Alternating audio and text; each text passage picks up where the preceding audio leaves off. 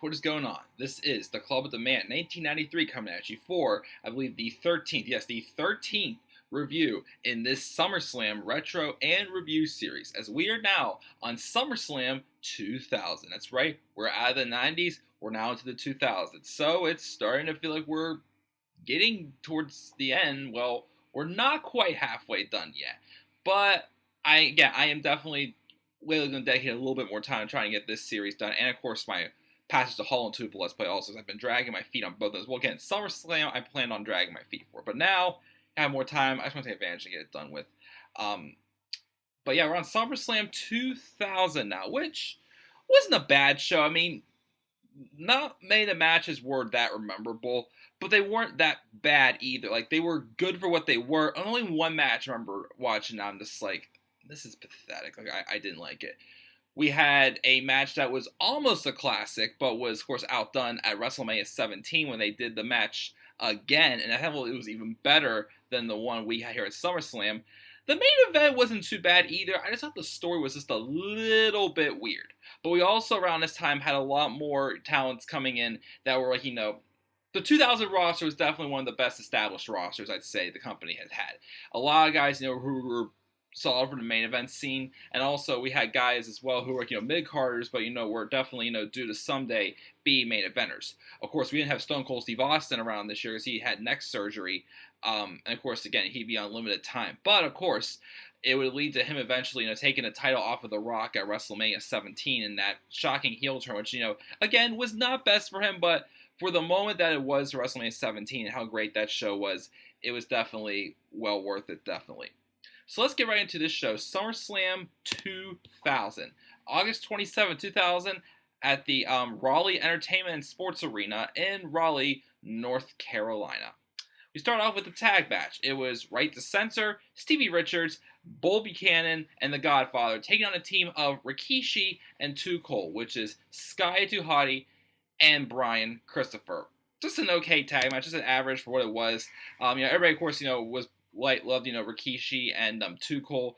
They were the popular tag teams, but this was a match definitely that helped get Right to Censor some momentum as well for this time. So that's why they were put over there, just like an average tag match. Nothing too special, but it was a passable. It was good for what it was. Again, it wasn't bad, but as I said in this review, a lot of the matches on this show were just good for what they were, and everything else was good, and only one match again was just really bad.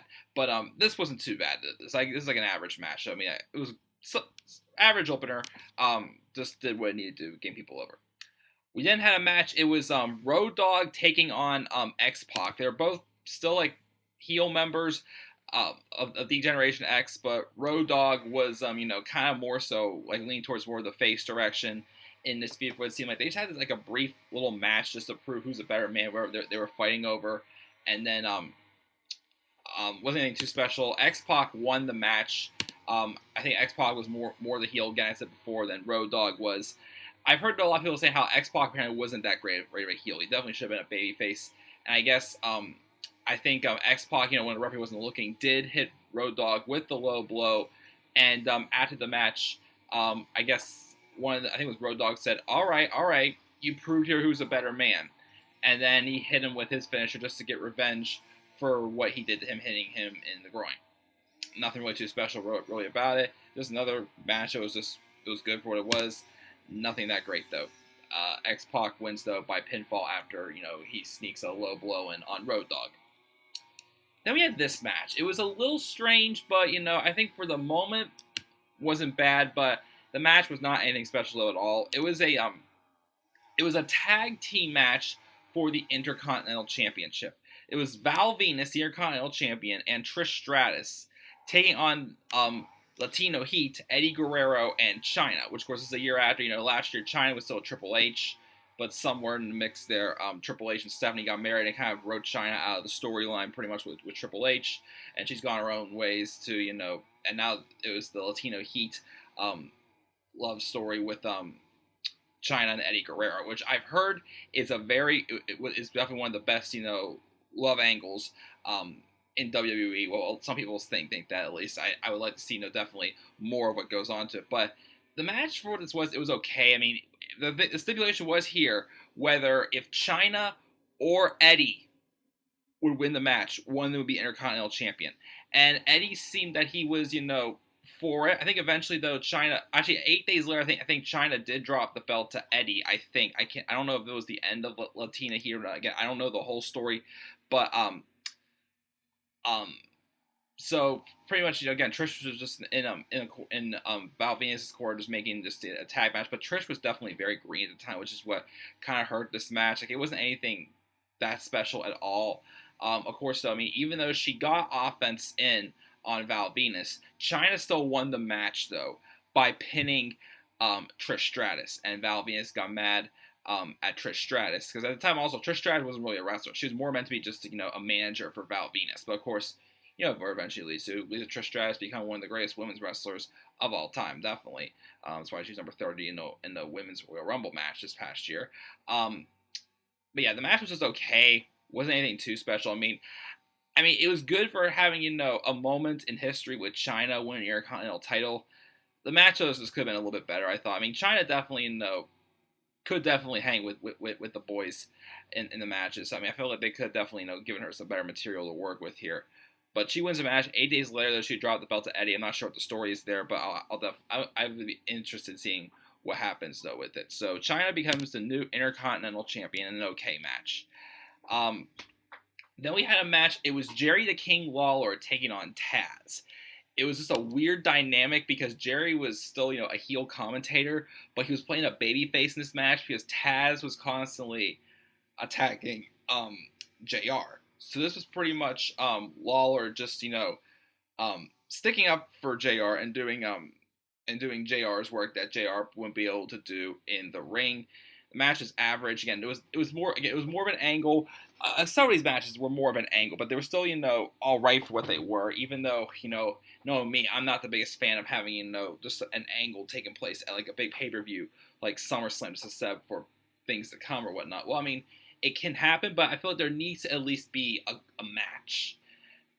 I mean, I guess that was a little more acceptable. I mean, there was a decision. Lawler won the match, but again, it was more so just to give, JR a good reaction also as well, because we all know we all love JR. Lawler wins the match though and defeats Taz for that. We then had a hardcore championship match. It was Shane McMahon, the hardcore champion, taking on Steve Blackman. Shane was the heel champion going into the match with Steve Blackman as the babyface, which though he was trying to, give him a little bit of a nudge as a babyface, but he just was very bland personality-wise as a babyface. The match, I said like last year or year before, no, it was last year's, I believe it was, yeah, that, I actually do enjoy watching the hardcore matches back in like the old days, whenever I go back and watch old stuff on the network. This one was alright. It was decent, but definitely was not one of the best ones I've seen. I mean, the only spot this match is known for is Shane falling off of the top of that stage structure, pretty much. Like, that's one of the only things I want to remember the match. And Blackman won the match as a result of that. But as I said before, Steve Blackman, for what I've read, critics have said, didn't seem to, ever really get over with, have, like, the right personality to be a strong babyface in the WWE, or the WWF, sorry, at the time. We're still in the WWF stage. We only have, actually, next year's SummerSlam is the last one in the WWF era. 2002 is when we get to the WWE era. Because of the whole worldwide funds, thing, or whatever it was, for copyright issues. But anyways, getting off track there. Decent hardcore match. It wasn't one of the best ones I've seen. But again, it was more memorable though for the scary bump Shane took when he fell off of the top of that steel structure after Steve Blackman hit him with the kendo stick a few times. So that's all I got to really say about that match. This was a good match though. Two, mid-card wrestlers, both of them being their first SummerSlams. Well, technically it was Jericho's second SummerSlam, because the year before, in 1999, he just cut that strange-looking promo on Road Dogg. That was just like, it was just to have an excuse to get Jericho. There wasn't really, anything, a great promo that really led him anywhere, just to have an excuse for him to appear on the pay-per-view. But he took Chris Benoit. Chris Benoit, I did not know, had a heel run early in his career in WWE, but this was a 2 out of 3 falls match. Just basic story, pretty much just, to trying to prove who is the better man and who would want to get, a WWE title opportunity, which I believe Benoit would get a title opportunity at the next pay-per-view, whatnot, in a fatal four-way. I think I saw it based off winning this match. But it was just a good match. It wasn't like a 5-star match, but it was a good match between two guys at the time who were definitely, upcoming stars who were still were more like a mid-card level that, or upper mid-card level, I'd say, who were just proving that eventually they're going to be a main eventer one day, pretty much. Is what I got out of this match. The fall, it was Benoit won the match, though. He won the first fall by submission. Jericho won the second fall by submission, putting Benoit into a nasty-looking walls of Jericho. It looked like it hurt pretty bad. And then, but Benoit won the third fall, though, as he's being a heel, and I guess him and Shane McMahon were in alliance at that time, apparently. But Shane was in his corner. So, Benoit got the third fall with like a roll-up pinfall, but he held onto the ropes when the referee wasn't looking for him to get the win, though, over Chris Jericho. And again, he eventually would get a WWF Championship title opportunity in a fatal four-way that he got later on down the line that fall. So it was definitely a good match with a lot of submission finishes. But just another match, just to establish these guys to get the experience on SummerSlam. It's a good showing for both of them in their first SummerSlam matches. Then, of course, we get to this match. I still think the WrestleMania 17 match is better than this, which a lot of people do, because I feel like this match was great, but I feel like, it still had some momentum going. I felt like they just cut it off too soon. But TLC won. The tables, ladders, and chairs match for the WWF Tag Team Championships. Edge and Christian taking on the Hardy Boys, taking on the Dudley Boys. Again, in a triple threat TLC match for the WWF Tag Team Championships.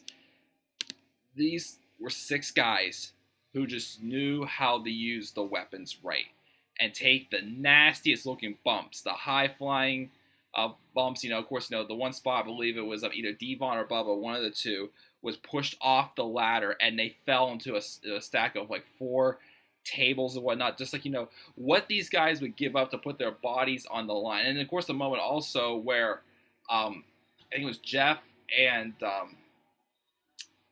Christian, I can't remember, one of the other ones, one of the other tag teams, were holding on to the titles when the ladder was pushed away from them. We had a similar spot like that at WrestleMania 17, where of course, Edge hit that unreal spear on Hardy, jump off the ladder and hit the spear and drop to the ground. Like the bumps, literally, because again, that realism approach. Again, it drives me bananas when people say that wrestling is fake. Well, yeah, yes, it is planned, it's choreographed, but again, it's their job to make it look real, though. The bumps and everything. And this match, again, with the bumps with the ladders, the tables, and the chairs, it just looks like, it's fun stuff to watch. And that's definitely why, TLC was meant for, like, these 6 competitors, definitely.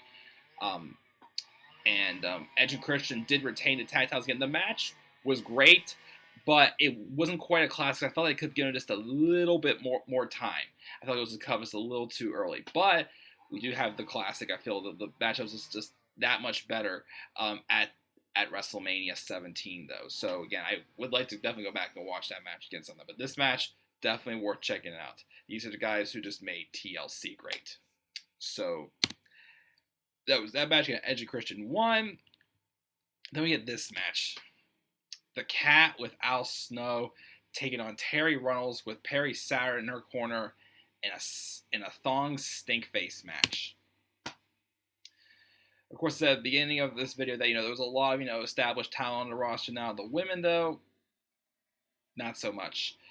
Of course, they were still in the eyes of WWE, just there for sex appeal, and that's all this match was. The Al Snow and Perry Saturn was trying to stop the girls. You won the match by doing a thong stink face, pretty much just doing exactly what Rikishi would do to someone.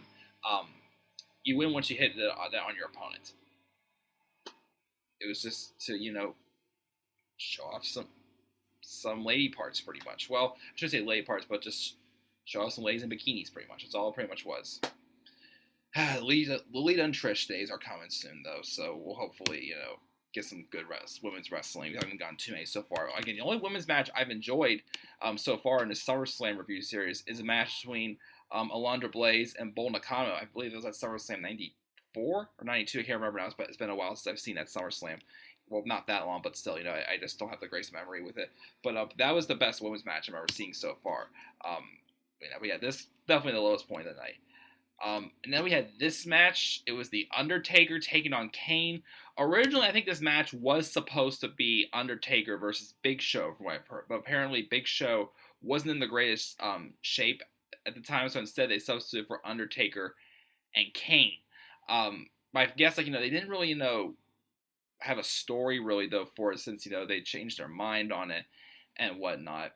But, the match was whatever it was, because it was more an angle. It was Undertaker just trying to unmask Kane for most of the match. Kane never really did unmask until about 3 years later, so it ended in a no contest.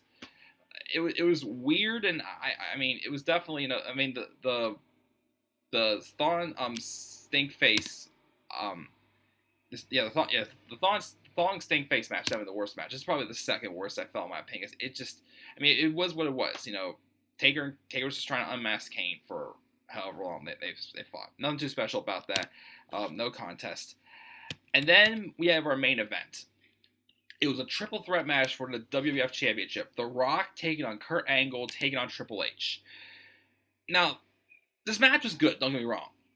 But the thing that just kind of felt a little off was that I didn't understand why this match had to be about the championship. Yes, it was. The thing was, it was two heels, Kurt Angle and Triple H, pretty much in the middle of some dispute because of, Kurt trying to hit on Stephanie while getting the face and the head of Triple H. Just watching the video package, how this all came together, Triple H and Kurt Angle got a double pinfall victory. They both pinned Chris Jericho in a number one contenders match. That's why both of them were facing The Rock for the championship. And of course, Kurt, I guess there was issues going on with Stephanie and Triple H's marriage, like kayfabe wise. They weren't married yet, but storyline wise they were. But 3 years later, they did get married in real life. This was during the McMahon-Helmsley era.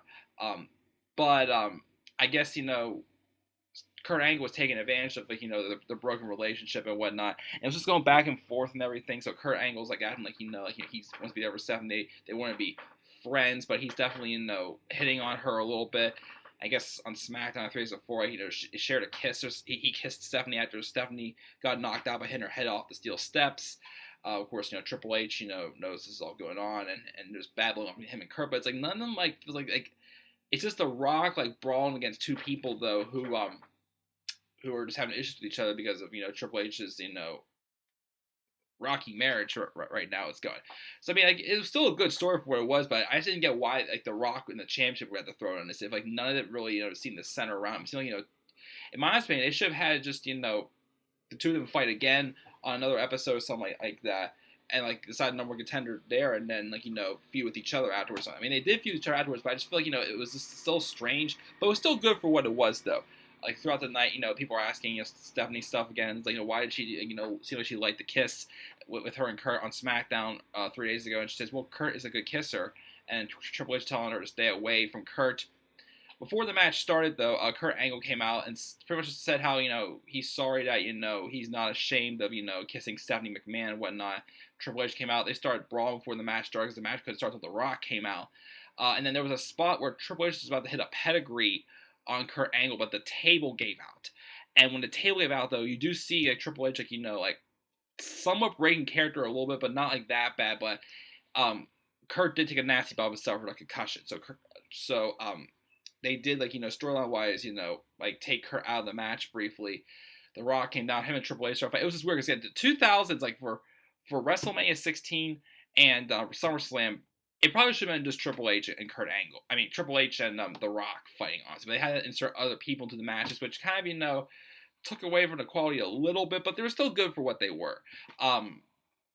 They fought, but then Stephanie, was checking on Kurt, and she came out to try to help Triple H, but the plan backfired, of course, so with the sledgehammer thing or whatever, or with the belt also. She tried to hit The Rock with the belt, but instead she hit Kurt Angle. Not Kurt Angle, Triple H with it. So he tells her to leave, but then she brings Kurt back out later in the match to help Triple H, but instead Triple H, I mean, he turns on Triple H again. They start fighting again. There comes a point in the match where Triple H went to punch Kurt, but Stephanie tried to get him to intervene. Instead, Triple H accidentally punched Stephanie in the face, which eventually led to The Rock winning the match. But after the match, though, while The Rock is celebrating, we see Kurt Angle take Stephanie and carry her out. And I think it did lead to, I guess it did lead to a match, I think, in the next pay-per-view between Triple H and Kurt Angle. And then Kurt Angle would go on to win the title off of The Rock later on that year for his first WWF Championship. Again, it was still a good match, though, but I still felt the story was a little bit weird, because it's like, what does any of this have to do with The Rock or the championship? Like, it felt like, it was just about Triple H and Kurt. So, with, like, The Rock just there as a third wheel with the championship on his shoulder. It's definitely weird, but again, I thought the match was still good, fun, the drama and everything was there. It was just wild, it was crazy, the crowd loved it, though. So again, I'll still give that, not a classic, like an A- level storyline match, I'd say. But it was just weird. Like, for what they presented, it was good, but I still just felt it weird that, The Rock was just lingering around as a champion, but most of the attention was on Triple H and Kurt Angle, pretty much. I don't know, it might just be me, so I haven't seen everything, but I still thought it was good for what it was. But yeah, guys, that's it for SummerSlam 2000. I'm gonna give this pay-per-view a B-. Again, there was most of the matches in there were what they were. Only one really bad match, the thong, what do you call it? Yeah, the thong stink face match. That was the lowest match point of the show, I felt, in my opinion. But everything else still was good for what it was. And then a couple great matches like the TLC match. Benoit and Jericho, a great 2 out of 3 falls match, and the main event was good also. So I'll give this pay-per-view a B- for SummerSlam 2000. What grade would you give SummerSlam 2000? Leave your thoughts down in the comment section below. And as always, sure to click by, like, and subscribe for more content on this channel, and follow me on Twitter at DemandAirboy93. And with that, guys, I'll see you all later. Till then, guys, have a great day. Peace out, everybody. See y'all later.